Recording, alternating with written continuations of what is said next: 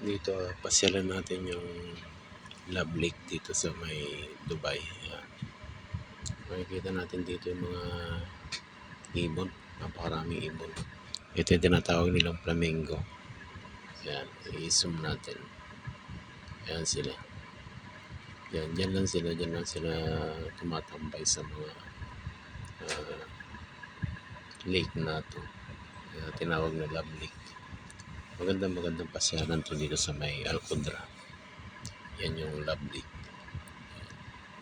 Makikita ninyo maraming mga namamasyal dyan. Ayan. Maamo yung mga flamingo dito. Mga ibon yan. Mga ibon na malalaki. Ayan. Grabe, ang dami nila. Ayan. Ito, meron din mga swan. Ayan, ito yung swan naman dito sa may Love Lake na naispatan natin. Kung mapapansin ninyo, ayan, napakaamo nila. Ayan. Ganyan dito sa may Love Lake, dito sa may Dubai.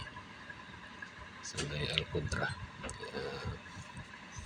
Yung mga nandito sa Dubai, try nyo na pasyalan itong Love Lake. Ito. Napaka amo ng mga ibon dito. Ayan. Ang ganda. Walang entrance fee rito.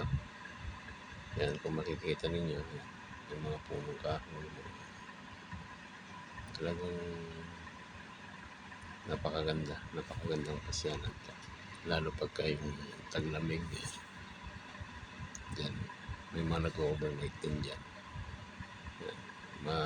Ayan, kung nakikita ninyo yung mga swan na yan, napakaamo. Ayan.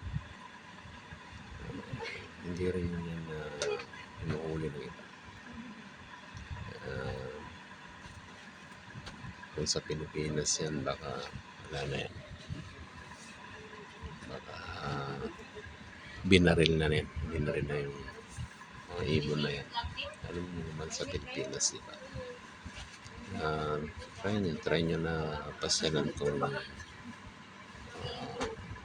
Love Lake dito sa may Alcondra, dito sa Dubai. Makikita ninyo yung mga swan na yan. Ayan, papalamigin mo yan. Ayan. Kumbaga, pag namasyal ka rito, talagang tanggal yung pagod mo.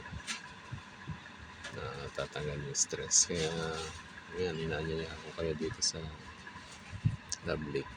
Pasyal kayo dito. Ayan. Nakita nyo naman yung mga swan dyan. Diba? Napakaamo nila. Ayan sila. Kaya, tara, pasyalan natin itong Love Lake. Babalik-balikan ko talaga ito. Sarap pasyalan ito. Mga kabayan, tara dito sa may Love Lake, dito sa may Alcondra. Ayan yung mga tent na yan, yung mga nag-overnight na yan, may dalang mga pagkain na yan, mga nagpipiknik na yan. Tingnan ninyo yung mga swan, nandiyan lang sa may gilid. Kaya tara,